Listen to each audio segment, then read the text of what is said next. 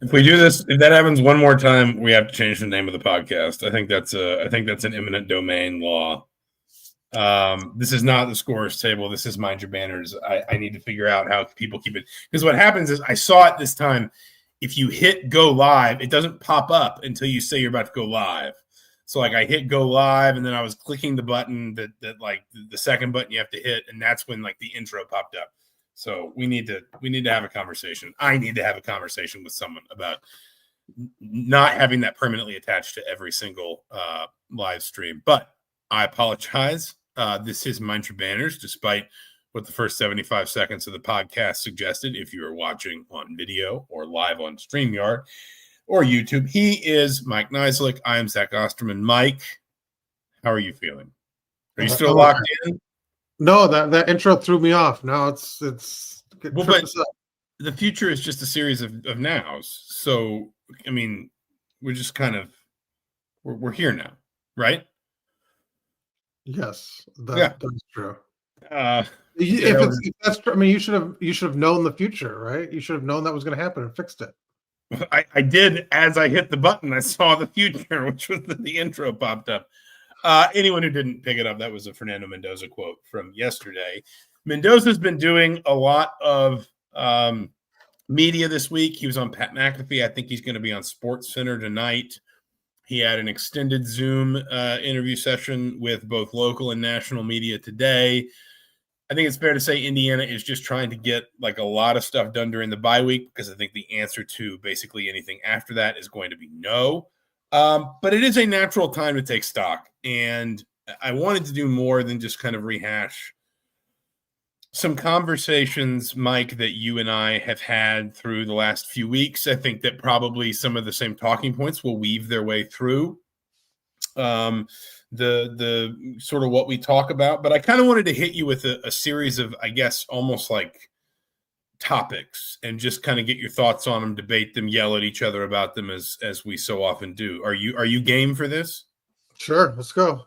All right. So the first one, which is topical, again, we are discussing Fernando Mendoza, which, by the way, I really appreciate that after all the Curtis Pork stuff last year, the Fernando Mendoza did not stick this year. I think we needed to leave the pork-related quarterback nicknames in 2024. Double barrel. Will Fernando Mendoza win the Heisman, and should Fernando Mendoza win the Heisman? Well, I mean, TBD, man. Like, it's like it's a point. These are conversation topics. That's not a good conversation topic. Like it is a great conversation topic. It is a debate raging across college football. No, because it'd be different if like they weren't on a collision course with Ohio State, which is like, and he was going to face the guy with the number 2 odds in a game where people can compare them and contrast them with their eyes. Like I don't see any way around. Like anything we talk about now is going to be bunk in 2 weeks. It just doesn't, or 3 weeks, I guess. I think you're missing the fundamental point of podcasts, but let me then reframe the question.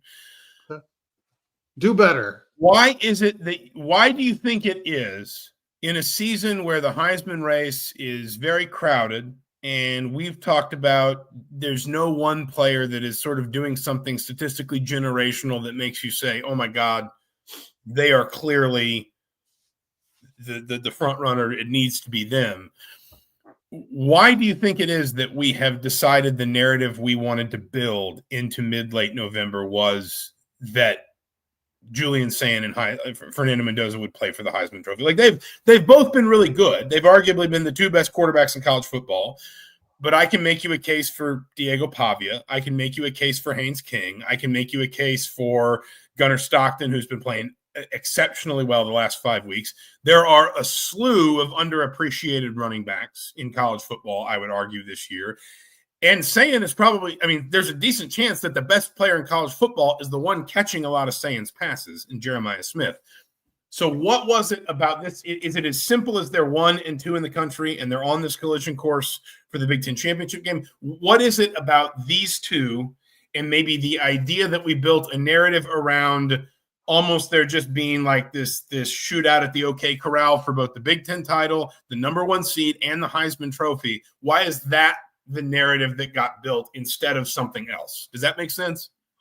Well, because the Heisman, I mean, it's like MVP awards. They generally go to the best player on the best team, and the Heisman has become more so going to the best quarterback. And this year, the best quarterback is probably going to be be the one that has the best team at the end of the season, because we've talked a lot about the numbers are also muddled, right? Nobody's separated themselves in that way. And so when you have that, I think the easy way to decide it, the easy tiebreaker is to just determine when they play, whose team stands out, or whose team is left standing, and if that quarterback has a good enough game, I think that they get it. I mean, you've had people kind of talk about, people are up in arms about the CFP rankings, and Miami and Notre Dame went head to head. Well, if you want a head-to-head matchup, this is one of them, and it's kind of rare, I think, for Heisman candidates to face off right before the balloting is due. And so I just think it's an easy way to do it, especially since, like you said, I mean, the numbers aren't there for anybody to be like, I got this. I pulled up, we had talked after the game, because you were yelling at me. I said, Mendoza's numbers weren't overly impressive. I just meant they're impressive relative to the field, but I agree with you my that point they're not is I impressive brought up, relative to recent history. Yeah. But I think when we saw each other next time, I brought up, Joe Burrow's numbers the season he won the Heisman. It's like, I mean, he had games almost every week that were more impressive than what Mendoza did last week, and that was one of his better games. And so I think that's why the conversation, and that's, I think that's true of almost all the quarterbacks that have been up for this award. No one is doing that. No one's putting touchdown numbers up there. No one's throwing, around 400 yards a game. The leading passer right now from Baylor, Sawyer Robertson's averaging 320 yards. But he has almost 10 interceptions and only completed 60% of his passes. So I think when you see kind of the numbers that quarterbacks have put up this season, that's why Mendoza and Sayan are, I think, just like I said, on a collision course, and that's going to kind of determine it, unless both are just terrible, and then I think that opens up an argument for somebody else. I wanted to talk about that as kind of a sidecar, that Heisman race dynamic, and I think we both have some theories about sort of like why it seems like numbers are depressed this year, and I think I've come up with like 4 different ones. One is parity. We've talked so much about parity at the Power 4 level of the sport because of rev share and the portal. I would argue that while we do get fewer like premium matchups in some of these conferences, the flip side is that I'm not sure you see the bottom fall out of teams quite so consistently. Like I think your worst teams are better than they were 10 years ago because they're still able to go spend all their rev share money to go plug holes and pick off from group of 5 teams. Purdue would like a word. What? Purdue would like a word. But the point is, like, games that you might have been able to run it up a little bit more, like 10 years ago, maybe you get fewer of those, even if you also don't get as many premium matchups.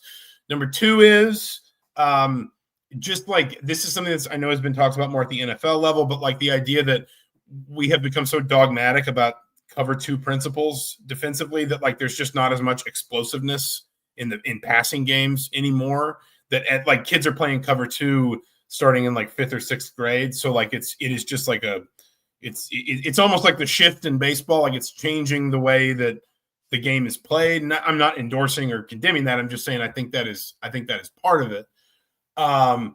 Number 3 is essentially the transience that you talked about, I think, on Saturday of the portal. You don't get, 3 years in the same system a lot. You don't get to work with your skill players for 4 years. And a lot of those things have to be built up a lot more quickly. And number 4 is just the complexion of games and coaching decisions, because number 1, and I guess this splits into 2 parts. Number 1, the clock rules have changed the way that coaches handle games because they have sped games up, and they have changed, I think, certain coaching decisions within games, how you tactically approach different situations. And number 2, and we've talked about this a lot with Fernando Mendoza, and I suspect if we looked at the numbers, they would be similar for Julian Sayin. I think coaches now look at the playoff and they say that could be an extra 4 games. Like that is a whole third of a season.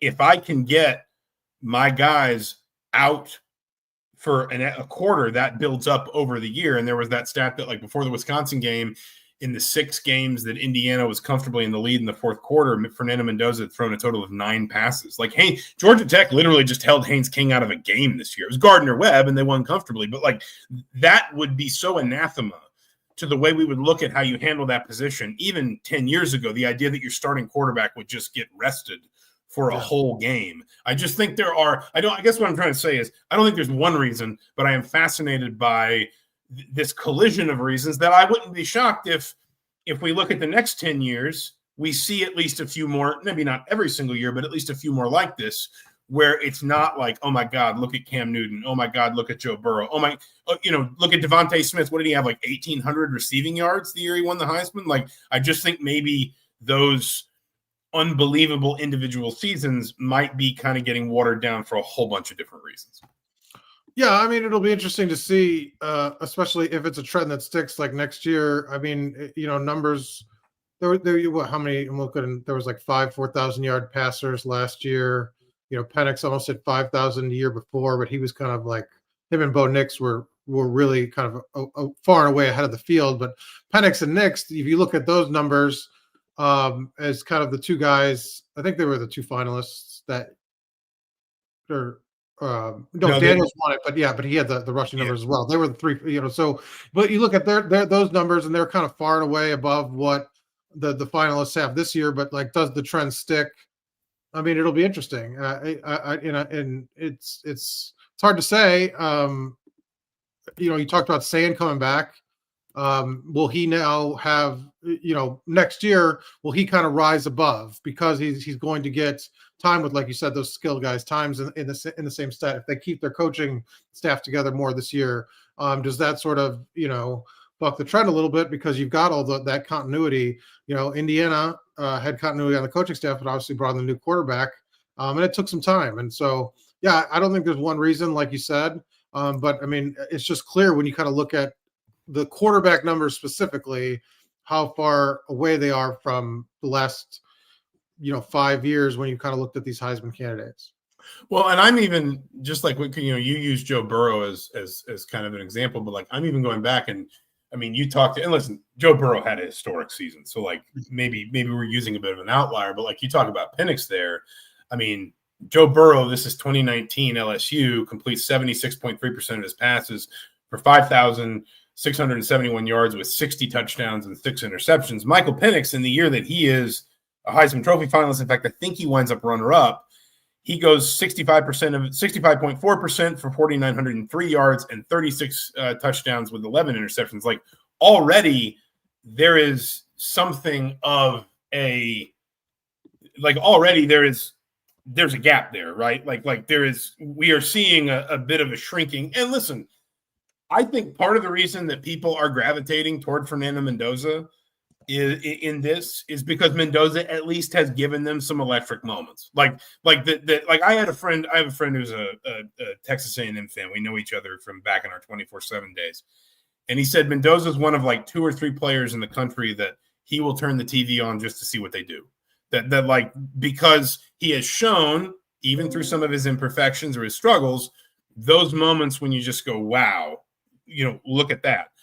But I think, like, I wonder if we are just sort of like almost sort of stepping certain things down, right? Like that there are just a host of changes here that have hit college sports that are kind of colliding together to make it a little bit. And listen, why are we not talking about Jeremiah Love, Ahmad Hardy, Kewan Lacey? I mean, maybe even Emmett Johnson at Nebraska. Like, Love is starting to come into that conversation again. I think maybe because he has a little bit of that it factor, like at least, some of that electricity. But like, I mean, I think Lacey leads the nation in rushing touchdowns, and I haven't seen his name. I put together a Heisman field analysis at the beginning of the week, and all I did was go to BetMGM, which is our preferred odds maker, and I took anybody whose plus minus was in 4 digits. So like, if you were anything better than plus 10,000 to win the Heisman, you win on my list. And I think the only running back that made it was Jeremiah Love. Like, I didn't make that decision. That was what the odds makers were telling us was likely. Love is the only one even in that conversation. And he was, I have the list somewhere, he was something like 7th out of 8 players, right? Like, it just, I think it feels like like, I think you're right that a lot of this is just the collision course of 1 versus 2 with Julian Sayin and Fernando Mendoza. I do think there's kind of there is this helpful sort of contrast that they provide, which is like one's really good but a little bit flawed, but also probably more exciting and has just generally played in more exciting games. Maybe that's a function of his team. Maybe that's a function of the schedule. The other one is just like ruthlessly efficient. He's taken apart basically everybody he's played. But then you also say he hasn't had an Oregon moment. He hasn't had a Penn State moment. And he probably does have 2 of like the 5 best receivers in college football to throw to. And so I think there's this like, there's also this contrast that I think plays into it as well. Well, Indiana's receivers are up there. No, definitely. But Mendoza's also. It's not like he's throwing the clubs and picking up the team. I mean, Indiana's talent on the offensive side, maybe. No doubt. I'm saying he has had more moments that were like lower than Sayin and more moments that were higher than Sayin. And there will also always just be that sort of like, I mean, like there was a stat that ran around the Big Ten for years that like Ohio State coaches won 1 Big Ten Coach of the Year award in like 50 years.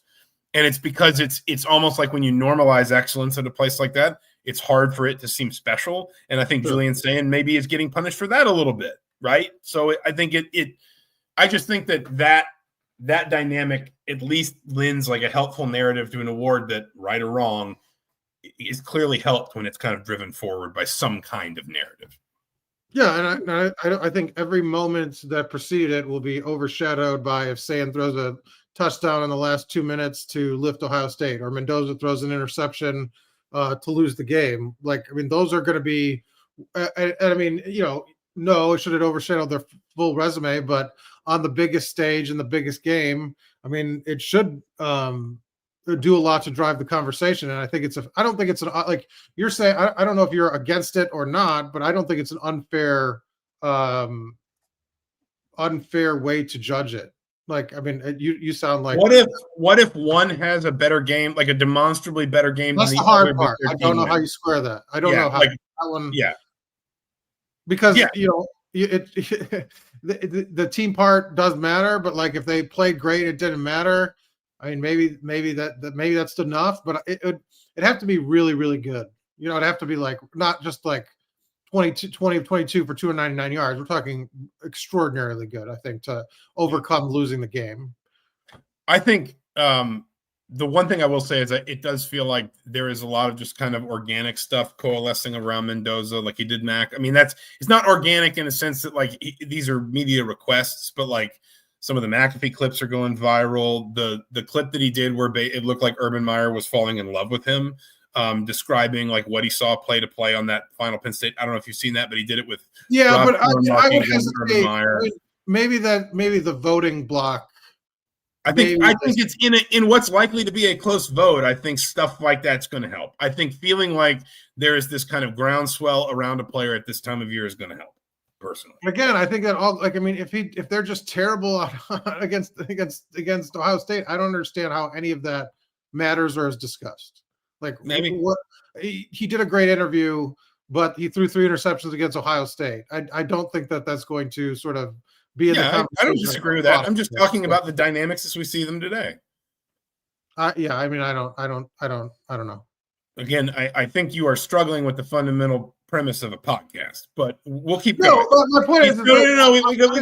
We got topics to cover here, and I got a heart out. So how do you guarantee that the right people see those things and are paying attention to the Heisman podcast is very. I mean, I'll do this because that's like the Heisman podcast. Wait, no, we got to move on. Last word. No, you insulted me. Sir. I did not insult you. I will not take that. I did not insult you. You made up. That is complete grievance that you've made up on your own. I agreed with you at a fundamental level. I agreed with you. Does the Heisman podcast even have what podcast was that on?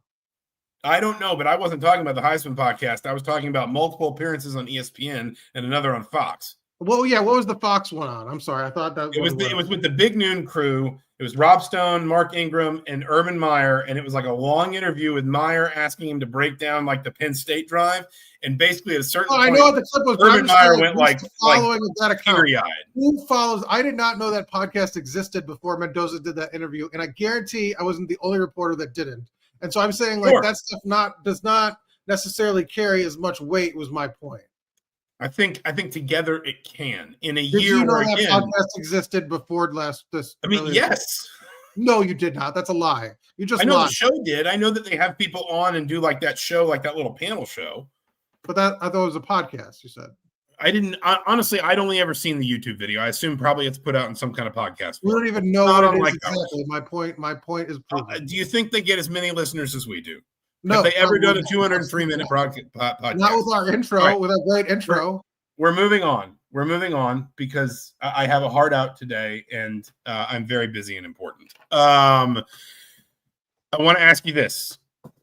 As we kind of enter this little mini season that is the bucket game, which Indiana should win comfortably, but obviously the bye plus the bucket game sets up Indianapolis. Is there an encouraging trend that you see within this group? And we'll do discouraging trend in a minute, but is there an encouraging trend across these last few weeks that you've seen within this group that you think gives you more optimism, whether it is for the Big Ten or it is for just Indiana's wider sort of agency in a playoff setting? I guess let's say that because we're going to do discouraging. So the discouraging things obviously not healthy, but I think you have to mention that to say, because I think the encouraging thing is the guys that have stepped in for the most part with those injuries have played well and helped maintain the standard that Indiana has played with throughout the season. So you can't name one without the other. You got Charlie Becker is probably the greatest example of that. But you saw, Stephen Daly kind of going back a little earlier with Kellen Wyatt, I think has been kind of the best defensive player of the second half. Daniel Ndukwe even had to step in for Mikel Kamara. Isaiah Jones, we've talked a ton about. You've seen these guys sort of have to play and step in. I think one of the players mentioned this, that this is kind of the silver lining of having these injuries and winning these games. Now you have depth when all these guys come back. And for the most part, outside of Drew Evans, we kind of assume everybody will be available for the Big Ten title game. So I think that's probably the most encouraging thing, because there hasn't been, look, they've won the games that they haven't played great in, and that's obviously huge. But they're not playing their best football, so I don't see a ton of positives in that manner. But I think it's a lot of it's due because they played 6 games in a row. They're mentally and physically worn down, but they made it through the other side of that, and I think they get the rest and they get a lot of those guys back. I would piggyback off of what you said specifically about Daly, because, and this only occurred to me when yesterday I saw like a tweet or something flash up that said Daly led the Big Ten in tackles for loss, and I was like, surely that's not true. He's been really good lately, but he's basically only played. He's kind of like on the CJ West plan, right? Where he had to be sort of brought in, and obviously an injury is what opened the door to him contributing consistently. But indeed, he is leading the Big Ten with 13.5 tackles for loss. There are 9 players in the Big Ten right now with double-digit tackles for loss.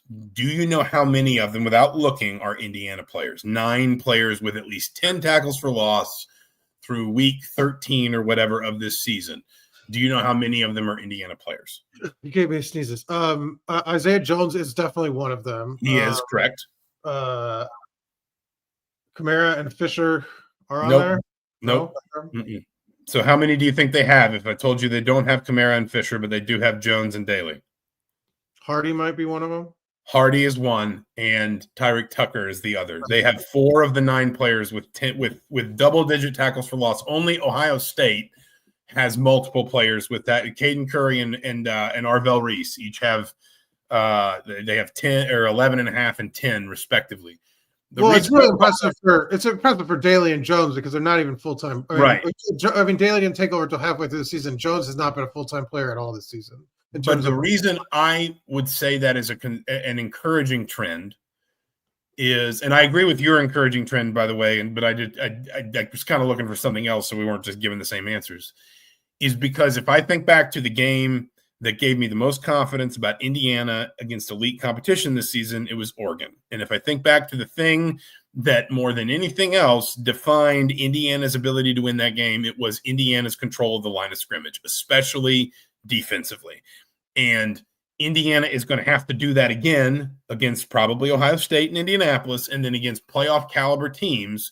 They're going to have to be able to disrupt. They're going to have to be this defense. Think back to that Oregon game. They only allow one offensive touchdown. Wisconsin, one offensive touchdown. Michigan State, one offensive touchdown. UCLA, no offensive touchdowns. Maryland, one offensive touchdown. That is because of this defense's ability to control the line of scrimmage. And, it kind of pairs with yours, right? Like, they lose Aiden Fisher for a couple games. Isaiah Jones just steps right in. Kellen Wyatt goes down for the year. Stephen Daly comes in and is just as good or better.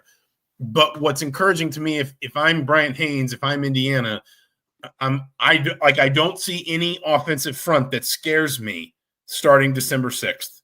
And I think that if that remains true, Indiana is going to have a shot in every game that it plays, because it's not necessarily going to be like last year. You think about that Ohio State game last year where Indiana was holding its own, but it's not like Indiana was changing the game defensively against Ohio State. They couldn't get field position back. They weren't creating sacks. They weren't creating turnovers. Well, they were doing those things against Oregon, and they were doing them first and foremost because they were bottling up the run and getting to Dante Moore. 6 sacks in that game. If Indiana can do that against Oregon, that tells me that this front six, this defense as it's constructed, can disrupt anybody. And therefore, if, for example, Fernando Mendoza takes a half to figure out Matt Patricia's defense, and you only got 10 points going into halftime, you're not living in a world where you think that's not enough and you're going to be in a big hole, that it's going to be 27-10 or whatever. It's perfectly feasible that if Indiana's got 10 points at halftime in the Big Ten championship game, so does Ohio State. And that's why, that is the encouraging trend for me, if that makes sense. Yeah, and I think the flip side of that is the offensive line. That's probably, is that your discouraging trend for chapter purposes? I'll go ahead. You keep talking, but I just want to make sure. Chapter break. That would be the concerning trend, discouraging trend. Like I said, we don't know Drew Evans' status kind of going forward. Few weeks, whatever that means, but he's not been sort of outlined what the injury is or a more specific timetable. Khalil Benson, obviously, we've talked about how him being limited physically. You hope he kind of heals up with the ankle in the bye week and is a little more mobile. He did not look. He looked like he was in a lot of pain, kind of playing through that, and very stiff in terms of his movement. But at the same time, like that. You talked about what didn't happen in those big games. The offensive line didn't come through in those big games, the losses last year. And as we've seen with Mendoza, the way to sort of rattle him and get him off his Heisman Mendoza sort of pace is by getting pressure, that he starts making bad decisions and not making the right reads, holding on the ball too long. And the offensive line, the last 2 games gave up more sacks than they did in the first 9.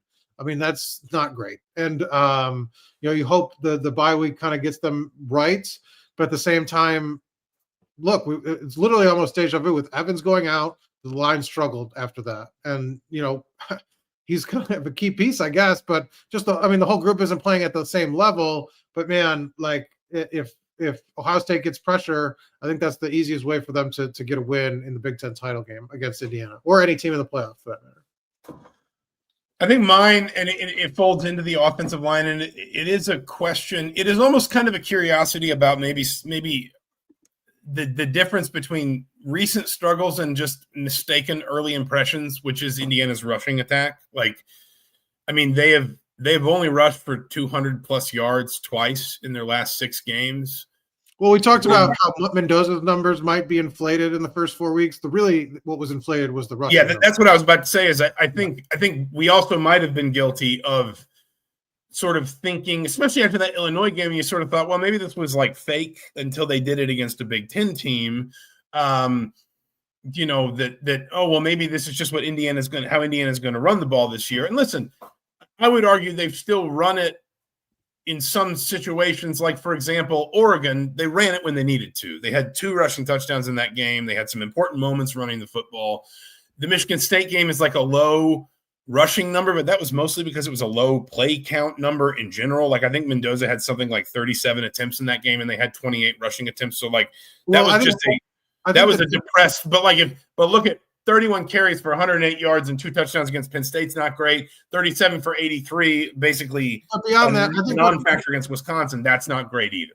What they've done well is when you pull the 20-plus yard runs this year, they have the 10th most in the FBS at 23. They've been explosive even when they haven't been like racking up the yards per game. So like in Penn State, I don't know how many 10-plus yards that runs they had, but those things help set up the offense. And so even when they've been kind of lower numbers, they've still been slightly, breaking off those long runs. So it's kind of masked some of the problems.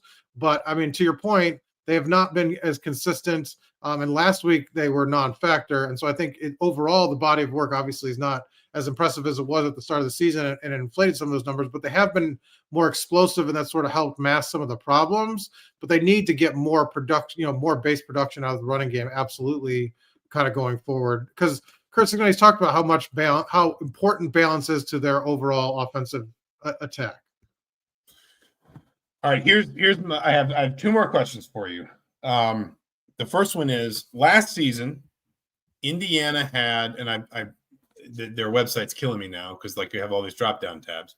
Indiana had 6 players is first, second, or third team all Big Ten, and they had 11 more that were honorable mention somewhere. Do they put more than 6 on the first, second, and third all Big Ten teams, and do they put 17 or more in someone's team somewhere at the end of the season? So there are no duplicates for 17? I assume not, because so I will read you the release from last year. With the regular season in the books, the Indiana football program is well represented on the all Big Ten teams, with 6 among the first, second, and third teams, and an additional 11 Hoosiers named honorable mention all conference. So I would assume the 6 on first, second, or third were Aiden Fisher, Mikhail Kamara, D'Angelo Pons. Those were on defense. On offense, Curtis Rourke, Elijah Surratt, and Mike Kadick. I guess it does look like maybe they're counting some double ups, honorable mention. Answer the 6 first, and I'll count the rest. Hold on. Yeah, I think they might have doubled up. I think they get more than 6. Yes. Okay. Because Mendoza and Fisher, Pons are a lock. Surratt's a lock. I think Cooper's a lock. So that's 5 right there. I think Carter Smith probably is at least, because how many often they do position based. They'll need 6 offensive tackles. So let's say this. I'll tell you what. Let's say this. They had 3 first teamers, and they had 6 on first, second, and third teams. Do you think they will do better than 3 first teamers and better than 6 all in? I think the answer is yes to both, personally. I think the first team might be a push, but I think they get more overall for sure. Okay, I could see that. The first team is they're gonna have to win some 50-50s, right? Like, it's gonna have to be Fernando Mendoza, not Julian. I think the injuries hurt Fisher and Surratt because their overall production is just going to be lower. Yeah. So some people do. I mean, it's fine, but some voters, for this, use that as sort of a baseline, and it's hard. I think there are 3 benefit from the name recognition that they were in it last year. I think there are 3 receiver spots in on these teams. Two. Okay. Some teams have 3 these days, but 2 receivers, and then obviously first team, second team, third team. So okay. I think, all in, I think you might be right about 3 being a push. I think they will comfortably go past 6. I think it could be double digits, to be honest. I was going to say, do you think they could get 10? Because I think they could. Because I think, like, for example, at least one of Isaiah Jones or Stephen Daly is going to wind up in there somewhere. Because center, Pat Coogan could get the third team center easily. Because he's been very good. Like, he has not been probably the best center in the league, but he's been among the top handful, right? Carter Right. Smith, same thing. Drew Evans probably had an argument for guard, and his PFF numbers were kind of insane. I don't know if the injury hurt Lewis him. Moore is, I mean, and Yeah, I know that we've talked about like at times he struggled, but like he's like his numbers plus what the defense has done, he's going to be in there. Like I think I think breaking 10, which I'm guessing would be a record. I don't know. I tried searching earlier today, and maybe I just missed it somewhere. Yeah. Like what like the all-time sort of single season program record is. But you would imagine, and listen, this is also probably reflective of that like conference bloat, and like it's harder to get like elite teams to emerge from these groups and whatever. But yeah, I mean, it does certainly feel to me like Indiana is going to push, if not past 10 on the first, second, and third teams. Because the other thing too, you talk about injuries, and you're right. But remember Carnell Tate hasn't played in like 3 weeks. So like the guy who, at least in theory, would be taking like Omar Cooper's spot or something. Well, maybe now Omar Cooper's first team. Spread, I think he had a chance for the first team, and he probably will get pushed down now. Yes. But my point is, Tate's probably in the same bag. Somebody's got to fill that hole. So, the last question I have, because that was an impressive synergy. We don't hate each other all the time. Only when I'm abandoning Mike in frigid in the outside the Blackhawks team store in frigid Chicago. The last question I have for you. You didn't want to do lunch yesterday. It was sad. I know. I had to come home and like just hammer through an IU soccer feature. So you said you were going to take a nap. See, lies. I did not. I did not take a nap. Believe me, I would have loved to have taken a nap. People might take a nap when they read my writing, but unfortunately, I still have to produce it. The last question I had for you, and this is the most open-ended, and I won't put any real like qualifying language on it. I'll let you take it however you want, is just what do you think is like a reasonable expectation for this team from this point forward? Because this bye week, we've talked about it for a while, it actually kind of winds up setting up comfortably to just sort of like frame. It's like everything that happened before now gets to just sort of like become its own season. And now, starting with the Purdue game, it's like that. The Purdue game is the beginning of everything that happens after. Like, do you think they can win the Big Ten title? Do you think they should, if they get like a bye, do you think they should be expected to win at least one game in the playoff? Like, just however you want to take it. What do you think is a reasonable expectation to this group heading into what is undeniably the most important 6 weeks in program history? Yeah, I don't know. I would probably maybe coming out of the Oregon game was more optimistic about this team's chances of making a run. Some of these injuries, I think, give you pause. I'm curious to see how healthy they look against Purdue. I certainly think that they could win on a neutral field against anybody, and should be able to play against anybody, which I think bodes well for the playoffs, since I think they're going to obviously get a first round bye no matter what happens in the Big Ten title game. That's my main prediction, I guess, that they'll be a quarterfinal team no matter what happens against Ohio State in Indy. But I think a lot of it will depend on the draw, right? I'd be really interested to see, because right now the way the bracket shakes out, they'd have a rematch in the quarterfinals, potential rematch against Oregon, the winner of Oregon, Alabama. That's a really intriguing matchup. Like Oregon, on a neutral field, they won on the road. So, you'd feel like they're in a pretty good spot there. And I don't think Oregon's sort of done anything after that game to show that, they played the worst. Yeah. So, they kind of are what they are. And so I think on a rematch on a neutral field, Indiana would be pretty good. And then kind of what their road looks like after that, it'd be interesting to me. Like I said, I think they can compete with any of the teams in this field. I just don't know if I feel great about saying like they're going to make a run to the finals. Mm-hmm. Like I think I've talked a lot about Kurt Cignetti and his sort of history, long resume, 40 years in the business, that he's pushed the right buttons at times here this season, and it's been weird. Like last year, I didn't think he coached his best game in the playoffs. And so I'm curious to see what lessons he learned and how in these big games coming up, how that'll impact him. But I don't know. I just think that they've got a good chance at least win one and be in these games. I just don't know if I can make a declarative statement that I feel great about them making some run to the finals. I feel like you could say that about almost anybody. Like, I think that the team, like if you made me pick like a team versus the field right now, it would be Ohio State.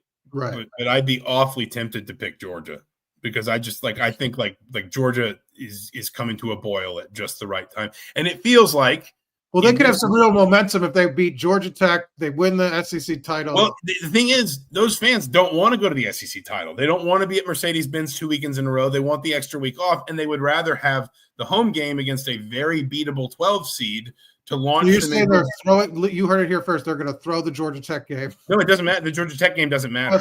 Their SEC championship, whatever's out of their hands. Which, by the way, if you want to talk about a fan base that, at least on Twitter, is going through the absolute dark night of the soul right now, it is Alabama fans recognizing that their playoff hopes hinge on an Iron Bowl that starts at 6:30 p.m. at Jordan-Hare Stadium against an Auburn team with nothing to lose and 3 weeks to prepare. Like I saw like one tweet from there's an account called like DeBoer's Burner or something that pops up a lot on my For You, and it was talking trash about like I think it was Indiana or the Big Ten or Ohio State or something, and someone replied and said, "You're just afraid of Auburn," and they replied, "Yes, I am." Like it was just like that is the fan base that is utterly terrible. I think Ole Miss can technically still get in, but the tiebreakers in the SEC I just can't be bothered with. We've got our own thing to worry about. My point is that like Georgia fans, I think, would actually rather beat Tech, get the championship weekend off, get the 12 seed in a very winnable game at Sanford Stadium, and then go in against the 4 seed and have like Alabama in if they win. Basically, then they're in the yes. Okay, Alabama is in if they win. I think there are still some permutations that can knock Texas A&M out if they lose. But like I've tried hard not to fill my brain with that because there's too much else going on. The last thing I will say, because I agree with a lot of what you said, I will be watching closely just like how sharp Indiana looks against Purdue, and it's going to be cold and it might be snowy. So, there's a world, and Purdue is terrible against the run. So there's a world where Indiana just doesn't, like Fernando Mendoza has a very quiet night because they just run all over Purdue and they bleed the clock out and they do kind of what they did against Wisconsin, which is just like make it a non-event, win with a minimum of fuss, as little as possible, and just move on. Because it is kind of, we are at that stage in the season. But like in the same way that the college football playoff has started to resemble the NCAA tournament a little more, and like you want to be playing your best football at the right time of year, and that's kind of why I believe in Georgia right now. A team like Indiana, you want to feel like you see tangible benefits from that bye week. That all they really did need was a few days off, essentially, because then you can kind of convince yourself of the idea that that after the Big Ten championship game and even longer bye will give you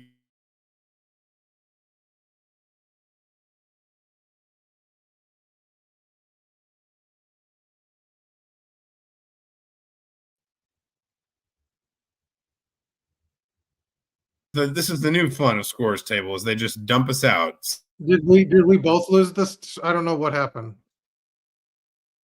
Okay. That was very exciting. Lastly, Neil Diamond. He's Mike Nineslick. I'm Zach Osterman. This has been Mind Your Banners, or the Scores Table, maybe, who knows, for November 20th, 2025. We'll be back next week, obviously previewing the bucket game, talking some hoops. There's an interesting basketball game next week against Kansas State that I think might give us a little bit of a read into just how much Darren DeVries' team has improved over the first few weeks of the season. For now, for the Herald Times, for the Indy Star, thank you so much for listening. This has been Mind Your Banners. We'll talk to you soon.